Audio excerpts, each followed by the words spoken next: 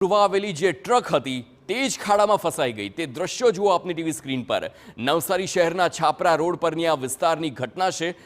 નવા જ બનેલા રસ્તા પર ખાડા પડ્યા હતા અને ખાડા પૂરવા સામાન લઈને જે ટ્રક આવી તે ટ્રકનું ટાયર જ રસ્તામાં તે ખાડામાં ધસી આવ્યું છે। રસ્તાની ગુણવત્તાને લઈ સવાલો ઉઠી રહ્યા છે। જેસીબીની મદદથી ટ્રકને બહાર પણ કાઢવામાં આવી।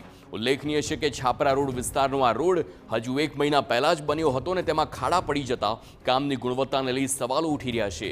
જે રીતે ટ્રકનું આખું ટાયર જે ખાડામાં ધસી આવ્યું હતું અને તે જ વાતની સાબિતી આપે છે કે રોડ બનાવવાના નામે માત્ર પ્રજાના રૂપિયાનો ધુમાડો થઈ રહ્યો છે।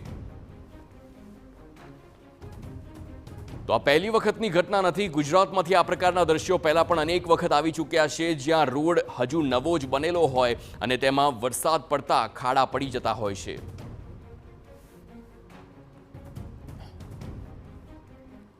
બિસ્માર રસ્તાના દ્રશ્યો છોટાઉદેપુર